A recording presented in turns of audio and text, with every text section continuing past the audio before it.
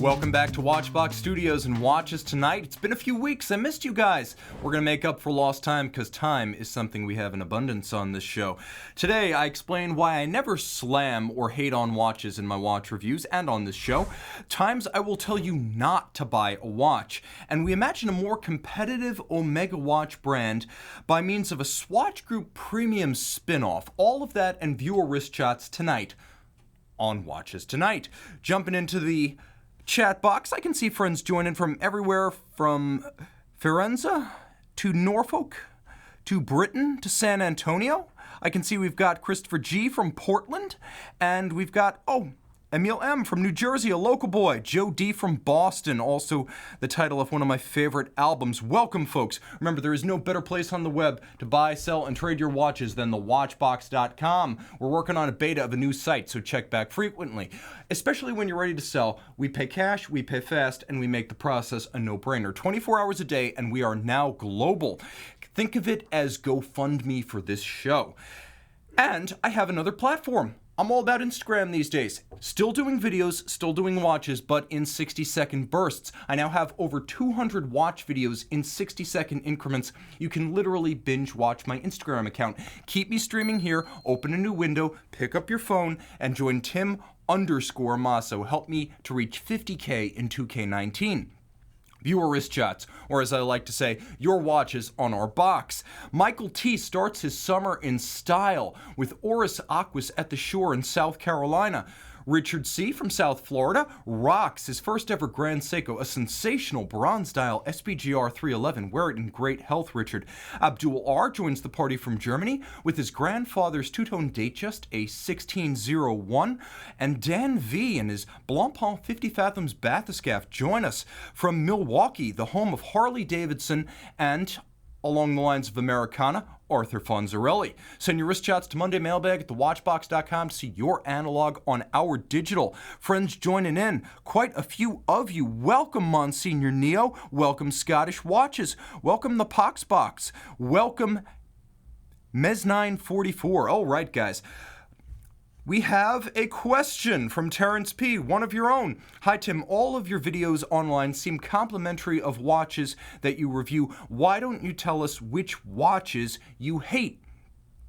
That's not meant to be suggestive in any way. First, honesty. We sell many of these watches. This is a commercial enterprise. I'm not going to lie about who pays for these pixels.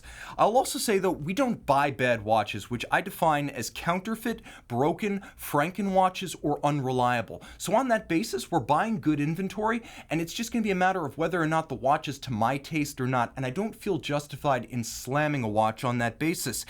Even when I would never wear the watch, like the Hublot Oceanographique 4000. My taste shouldn't determine what you ultimately buy. You should buy and wear what you like. So I stick to facts. I let you know everything there is to know about the watch within the bounds of like a 6-minute video, but I will let you know what I do personally, fancy or not fancy. I'll let you know my style, I just won't get mean about it. Second, I'm working to bring out the best in each individual watch. When I review a watch, Audemars Piguet, style and substance. Or, for that matter, let's talk about Hublot. What do they do right? Wrist presence, style, attitude, a sense of fun, unpretentious fun, unlike Richard Mille, for example.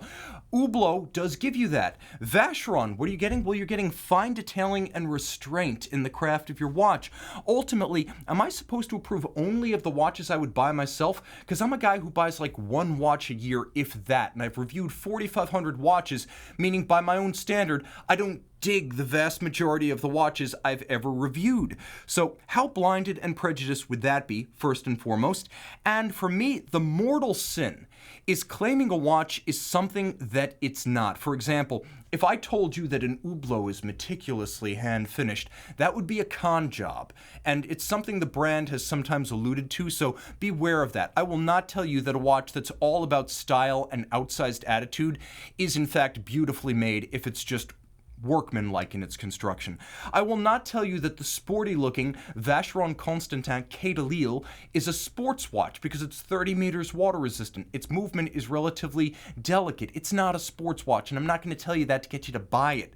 And I'm not going to tell you that a giant Royal Oak offshore will fit your pencil wrist. If it looks like a hula hoop on your forearm, I don't care what you're willing to pay us for it. I'm going to be honest and tell you this watch should not be worn on a wrist smaller than 14 centimeters circumference. So that's how I offer guidance while staying upbeat. Because isn't there enough whining, attitude, and malignancy on the internet already? Heck, isn't there enough of that in the YouTube watch space alone? Let me give you the facts, and then you decide. That's why I don't slam or hate on watches, even though occasionally I can admit it might be fun to do so. Jumping in, I can see the provincial gentry is in the box. We've got Jason S., a fan. I appreciate the compliment, Jason. And we've got Scully. Why don't you review watch boxes? There's only so much time in the day. They want me to review an MB&F clock that we've got. I still haven't figured out how to review it because it's bigger than my light box. So one project at a time. I would love to review watch boxes and watch winders, but I've got enough watches to keep me busy until the day I retire. And boom, I can see right here, we've got Flame Chief joining from Shanghai. Thanks for getting up early. And Robert Dixon saying, from Scotland, I may not like a particular watch, but I can still appreciate it. And that's a great way to approach it. You can appreciate a watch, but it might not be for you. Ralph I asks, Tim, when would you tell someone not to buy a watch? This is a great question because first and foremost, I always tell people to buy the seller before you buy the watch. And when you don't buy the seller, when the after-sales terms of support, either the warranty or the return rights, don't match up with your expectations, when the wire instructions ask you to send money to some place in Crimea when the guy claims to be from New York City, when the watch is poorly photographed, when the Google reviews or the Yelp reviews are nasty, when the references don't have real names and email addresses to double check, this is when you should move on and not buy that watch. Buy the seller, someone who's been in the business long term and is in it to stay with a reputation to risk. Buy that seller, buy that watch, and if you can't, move on. Don't buy that watch. Okay, moving on from the basics, I will tell you not to buy a watch when it's not your first choice. When availability, pressure, or price pushes you to compromise. Now, I just showed you two great watches.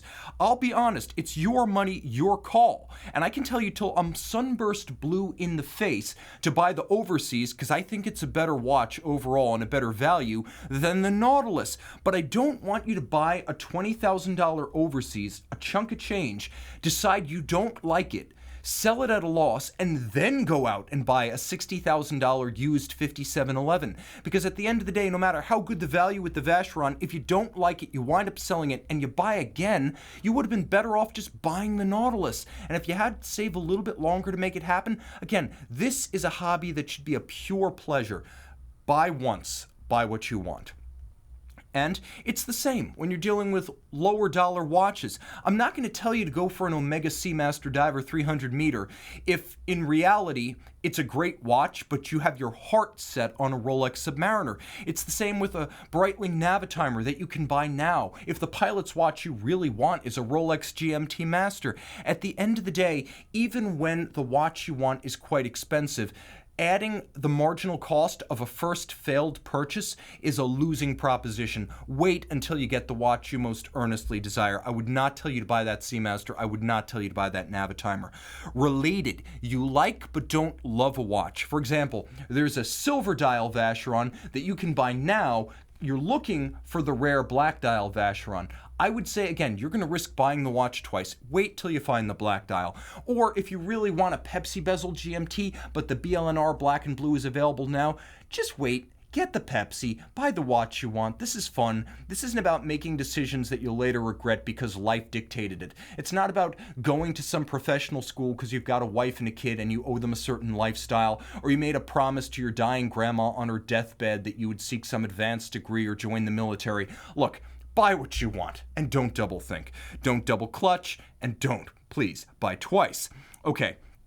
Here's the time I will tell you not to buy a watch. When your expectation going in is that the watch will be an investment. That is the most loaded word in the watch industry and the most deceptive word in watch collecting.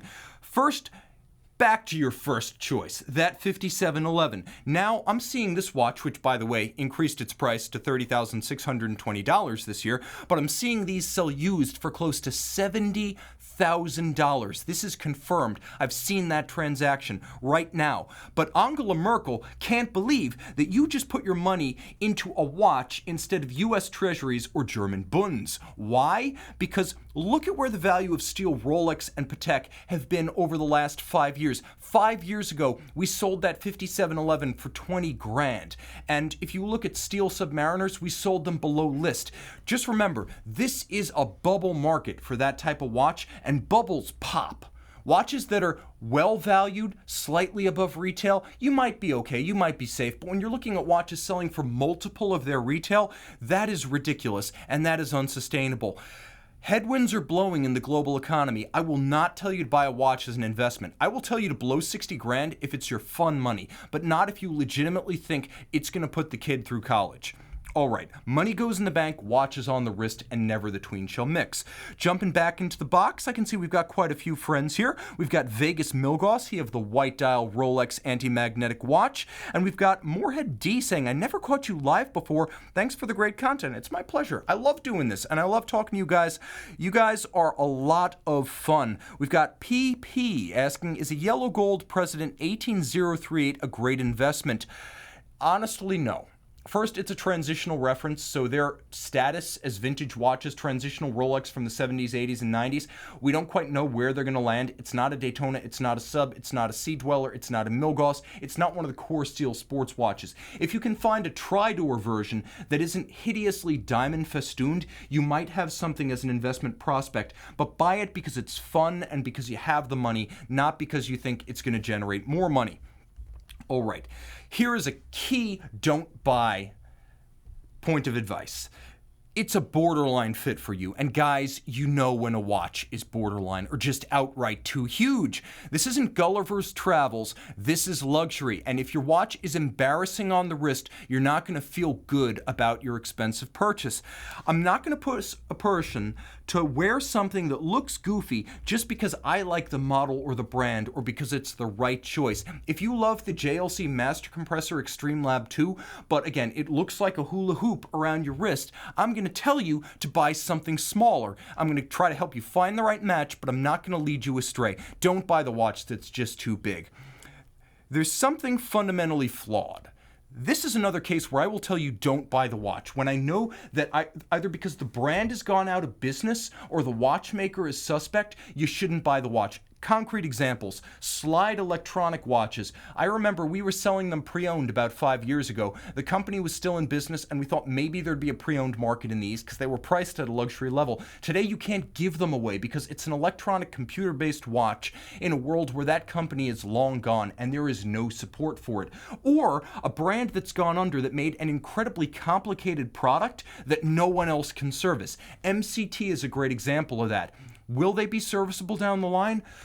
A master watchmaker who works on minute repeaters, perhaps, but your local ETA shop is not going to be able to handle a sequential one. And finally, consider when the watchmaker is a bit of a wild child or has a reputation. Some of these guys are like commissioned art, and that can go downhill if you don't select the right artist. Consider early Vianney Halter Antiques. I know, I was back there 4 years ago when we had one of the earliest. It was still signed Halter Barnes before Vianney Halter animal farmed his designer for the watch and just put his own name on it as the Vianney Halter Antica. Jeff Barnes, I nod in acknowledgement to your work. You're a good designer. Vianney, we had one of the first 10 made and it just flat out didn't work.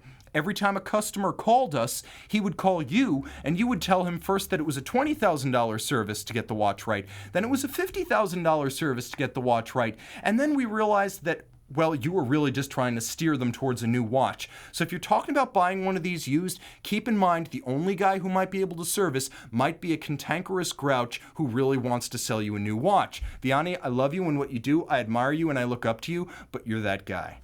Okay, jumping into the similar recommendation, which is you be careful when the watch is very old or very scarce.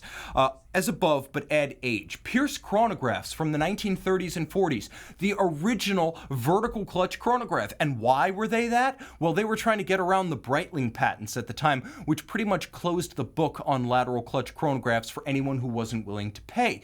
The end result was that Pierce, which was looking to make a cheap watch, invented the vertical clutch chronograph. It was a column wheel vertical clutch chronograph back in the 1930s. The problem, they were designed to be sold cheap, and they weren't designed to last a lifetime. Almost every case of getting one of these working today involves a master watchmaker fabricating parts. So I will not recommend you buy a watch that is so weird, antiquated, or specialized you might not be able to get parts for it. And finally, the biggest reason not to buy a watch: you are under stress and you are not thinking clearly. There are times, either due to financial reasons, education, family developments, military deployments, people do crazy things. They make big spends. They eat too much. They eat too little. They do adventurous things with recreational pharmaceuticals, and they buy watches. So if you're under stress, wait until the cloud passes. This is the root of so many bad life choices, and I don't want it to be the reason you buy a watch. When you're under stress, zip the pocketbook. That is not a time to buy a watch. Shop all you like, window shop, but do not sign the check. All right, jumping back into the box, I can see Clive Watch Wrangler is in there. We have Moise Hay, and we've got Clive asking, can we super chat for a pizza? I'm still working out how that works. I'd be glad to give you a pizza. It would be by far the cheapest giveaway since the days when I was handing out hats. And I could see the Franchise 9 saying he would have a slot. Robert Johnson prefers alcohol. Hail Bop, guilty. Abdul saying was bitten with a couple of vintage watches that I experiment on. And Marco, drunk buying. That's been done too. Remember to Uber. All right, jumping into the main discussion of the night is the secret to Omega's success, the Omega watch brand, addition by subtraction. Now, rewind. Not fast forward, we're going to do that in a moment, but rewind. Last year, I featured a discussion of how Omega might close ranks with its traditional rival, Rolex, and even surpass the Geneva outfit as it routinely outsold Rolex during the mid-20th century. Well, how do we get to that outcome in the modern era? It's worth revisiting some of the recommendations I made for Omega then before we move on today. First, Omega has too many models. Even I test my limits, trying to remember every specialties: DeVille, Constellation, men's, women's, Seamasters, Speedmasters. So many models, too many SKUs, and Omega hardly ever discontinues anything. There are models from the early 2000s still in production and cataloged on the site. So the usual human response to too many options is indecision. They don't buy. Pair the lineup. Be more like Rolex, just a few versions of each watch, but make them scarce, and then make people want them. Which of the dozens of Seamaster models, by the way, is the definitive Seamaster? Where is the spiritual locus of this model line? With Rolex Submariner, the definitive sub is this. Boom. That's not a no date. That's what they call a Submariner. The sub with the date is a sub date. There is no Omega Seamaster equivalent to this right now. Omega also makes, in an absolute sense, too many watches, and this has been a problem with them since at least the 1990s. While both Rolex and Omega produce between 700,000 and 800,000 watches a year, Omega watches, let's be honest, are regularly showing up on the gray market. They are heavily discounted even at authorized dealers, even at boutiques. They are arrayed in Costco wholesale displays, not far from where you can buy bulk beef jerky, even beef jerky from your dog.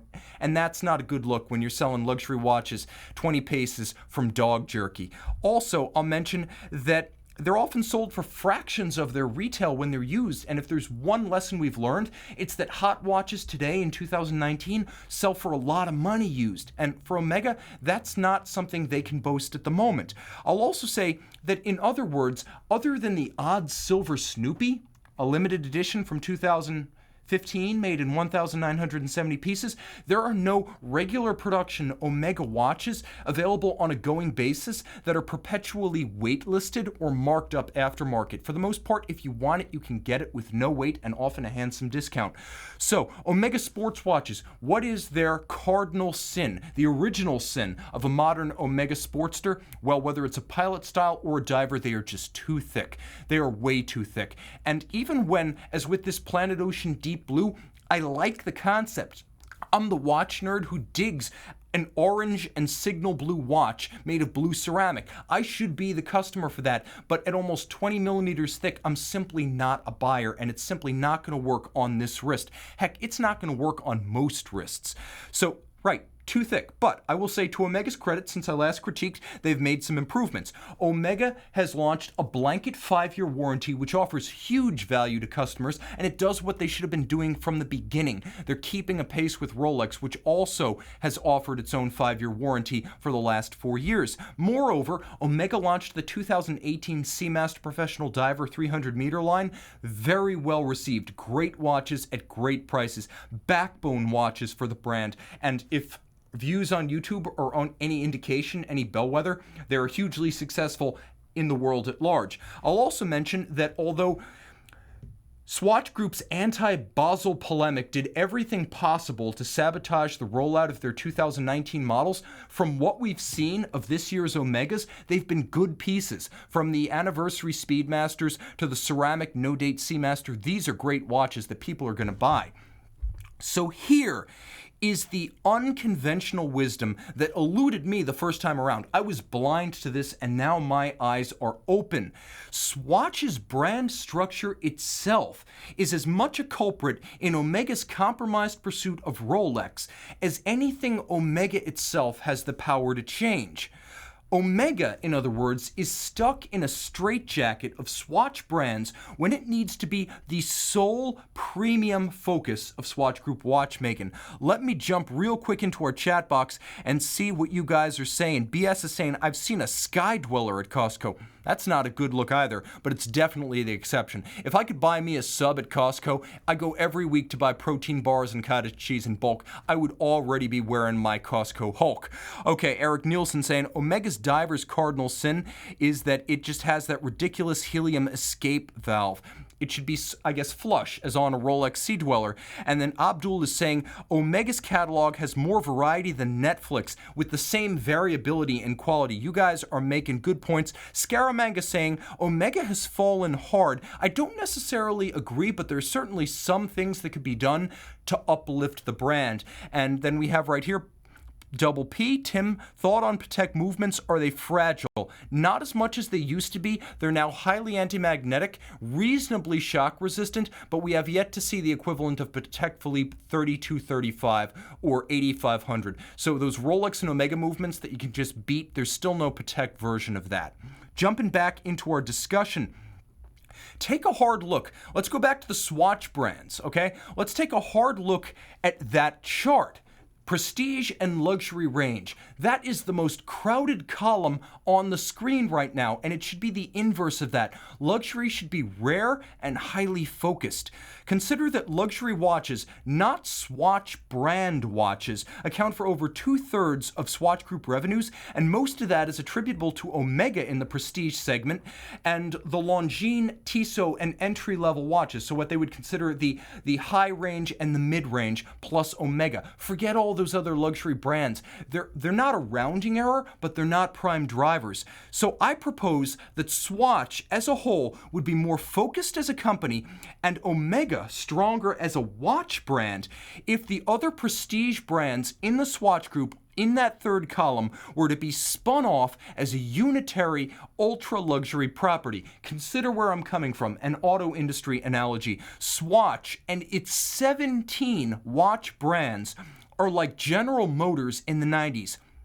when GM had GMC, Chevy, Saab, Subaru, Geo, Lotus, Pontiac, Oldsmobile, Saturn, Vauxhall, Opel, Holden, Isuzu, and Hummer arrived in 1999. It was a catastrophic situation in which brands came together piecemeal over decades with no clue about how all of them would fit a coordinated product planning for GM as a whole. These brands were added and rationalized after the fact, so you wound up with absurd after-the-fact determinations like, well, you know what, there's a buyer who buys imports, and that's your Honda guy and your Toyota guy. He'll never buy a domestic car, and anyway, the real American only buys domestic cars. So in the late 80s, GM thought up Saturn, because there's an import car buyer, and that guy's not representative. The domestic market is really where it's at. We'll give that guy a Saturn. We're not going to worry about making Chevy a versatile import contender. And then they would come up with the rationalization for Pontiac, the excitement brand. What made it so exciting? Plastic body cladding that made the cars look kind of puffed and bloated and a little bit like automotive pool toys. And then there was Buick, which for a time was tagged as the official car of the supercharged family. How does that square with Pontiac, the excitement brand? I have no idea, but someone came up with that idea to keep their job in Buick and Pontiac marketing. So it's better to have brand structures that make sense instead of trying to rationalize after the fact how their products should be made to kind of sort of not overlap. Too much redundancy of product, price, and marketing did in GM, just as it is compromising Swatch Group and Omega. With too many brands, resources are spread thin, which is why GM hit bankruptcy in 2009, shed almost all of its brands, and today it is actually a stronger company because of it. Here is the brand structure of GM today. 4 brands. It's a profitable, self-sustaining company in no need of a taxpayer bailout. And Toyota's an even stronger company with only 2 brands, Toyota and Lexus. Does that sound like any watch company we know? How about Rolex Tudor? You only need 2 brands to dominate the market and become the mindset and mindshare hegemon. Swatch has the same problem with its prestige brands. Omega, look back to 1990, it was the only one. Then Blancpain arrived in 1992. Breguet, with La Magne attached to it, was purchased in 1999. Glashutte Original, a fully integrated manufacturer, was bought with its museum and its tool factory in 2000. And you take a breath, this is so overwhelming. Jaquet Droz, a dead brand since the 1960s, was revived for no apparent reason in 2001. And in 2013, in a deal Swatch already regrets, Harry Winston was purchased outright. All of which leads us to the obvious conclusion. There was no discussion before Blancpain was purchased in 1992 about how this 21-year buying spree would fit into an integrated product strategy across the Swatch Group. All of these brands serve one purpose with respect to Omega today. They limit Swatch's potential strongest brand from surging up market and surging up in brand equity. All of these brands, look, they do things that are redundant that you could get from Omega without having a Breguet and a Blancpain. Omega built a minute-repeating wristwatch in 1892. It built tourbillon wristwatches in the mid-20th century when no one was doing that.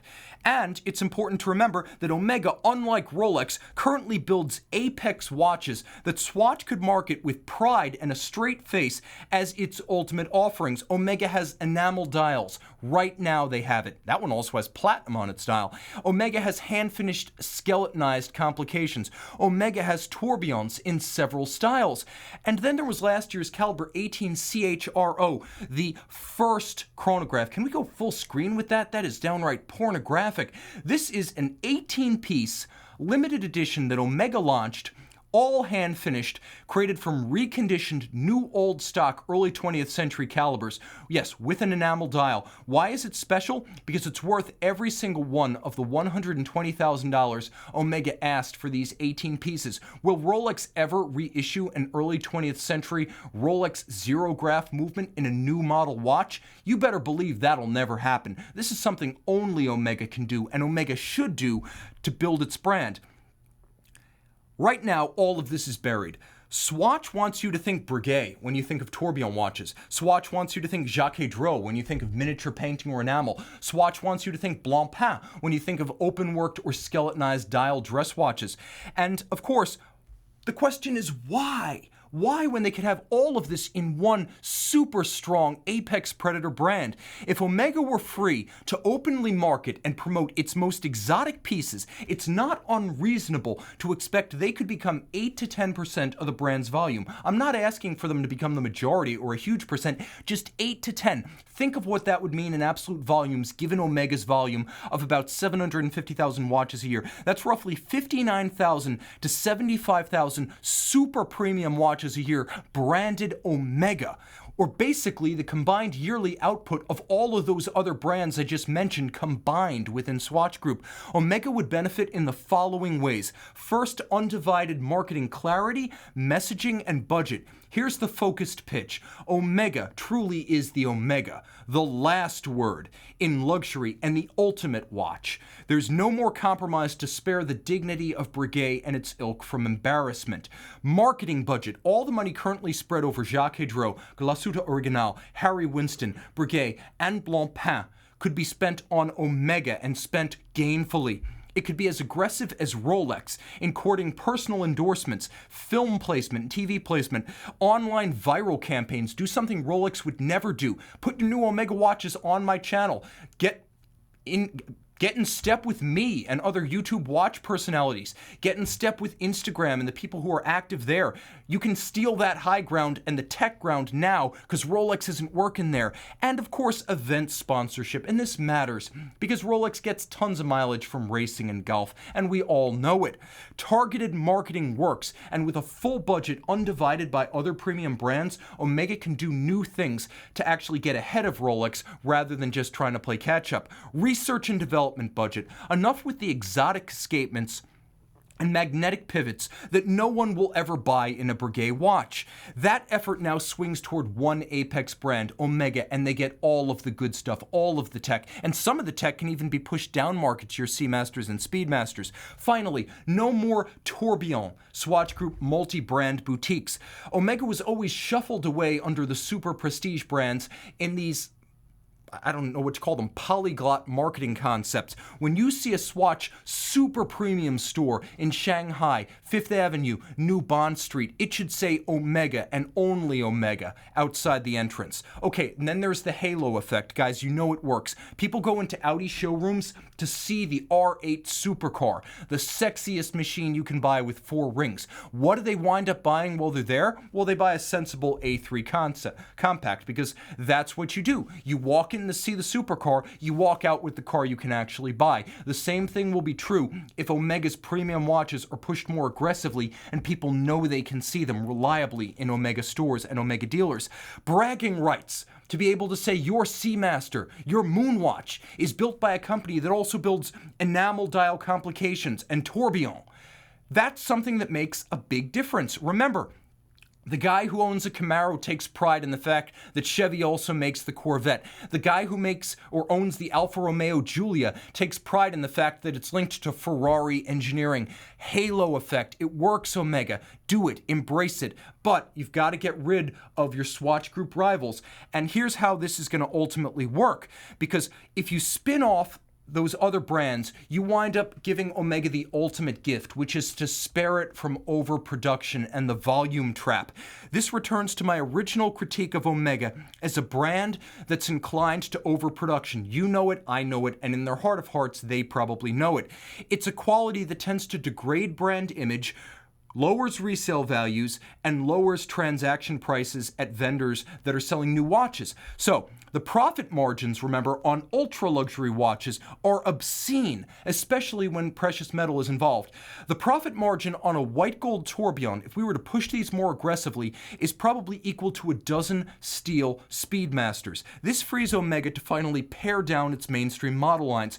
You can afford to build fewer Seamasters and fewer Speedmasters in steel and ceramic and titanium when you have high-margin, super luxury watches to give you a little bit of breathing room on the profit side.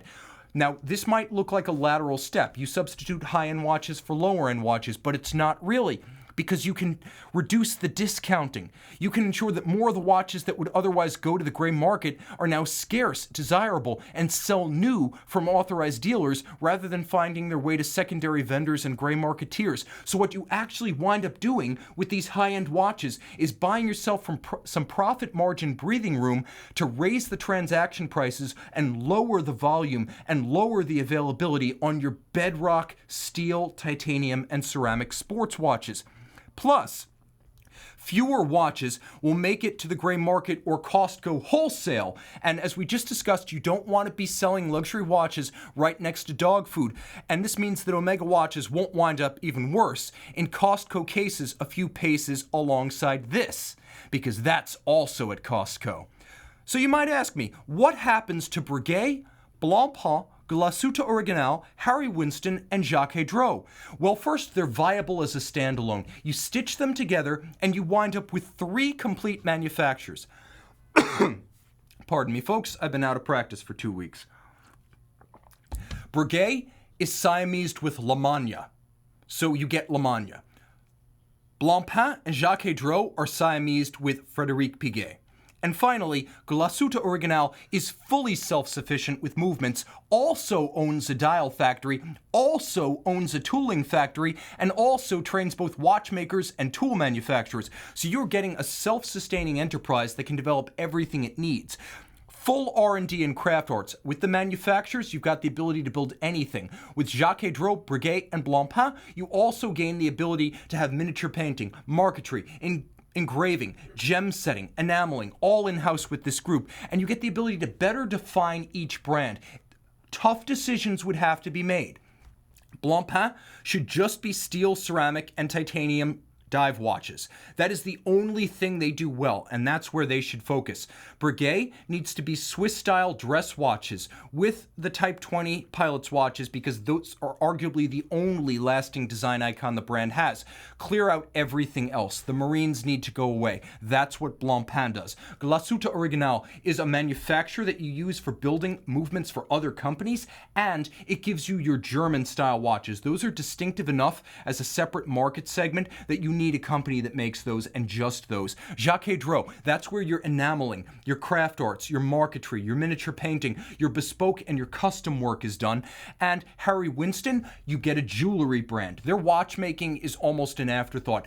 Jewelry is a much higher profit margin than watches and a much more consistent market. There's a reason Cartier and Van Cleef & Arpels supply vastly more profit to Richemont than you would expect from their watchmaking activities. Cartier is the red fire engine of Richemont because of its jewelry. So if you're buying a luxury brand and you're CVC Capital Partners who bought Breitling, or you're an equity group that hasn't gotten into watches yet, you get a well-rounded property that's fully self-supporting, and you get the jewelry brand Harry Winston with it. Finally, Swatch, for its part, retains its patents, and access to its patents. When it sells off those brands, it's going to keep the rights to the Breguet magnetic pivots. It's going to keep the rights to the exotic escapements. It's still going to have access to those, sharing the patents with the purchaser. So Swatch will lose nothing. Swatch has other companies that make dials and hands and rubies and batteries and lubricants and movements and cases and bracelets. They still have all of that. There are a lot of companies you probably never heard of, but they're important, and none of them are attached to those properties that would be spun off with that independent, self-sustaining group. So that's my pitch. Swatch Group, love it or leave it. I have no say in the matter. You folks, though, I appreciate you watching, and you've sent me your wrist shots. So JCS wears his unerring COSC chronometer certified Eterna Contiki. He says it is supremely accurate and a limited edition. Eric N. showcases his Omega Constellation Globemaster against a sensational Norwegian fjord backdrop. Joseph K. shares his Rolex Sea Dweller, purchased from Govberg in the watch box, and I appreciate you trusting our company and sharing back. Chris M. offers an unintentional rebus featuring, again, I suspect the unintentional 24 hours of Daytona, but it certainly works as a great rebus. Thank you, Chris. I know you were ahead of me on that. Send your wrist shots to mondaymailbag@thewatchbox.com to see your analog on my digital. Thanks to all who joined. I really appreciate you getting in the box, going back and forth. Chip Wong, Swatch CEO, hire this man ASAP. I'm sure that can't possibly be yours truly. I'm a romantic at heart, not an intellectual. And guys, Clive, watch wrangler. Not a fan of the Conticky, but that's okay. To each his own. Right here, we've got Mark S. Tim should be the CEO of the new Blancpain Droz Breguet group. I'm up to the challenge. If they want to tap me for the role, I have, as they like to say, a bit of a soft spot for lost causes, but I think that one can be made to work. Thank you all. Thanks to you, thanks to my crew, Time Out, Tim Out, and thanks for logging on.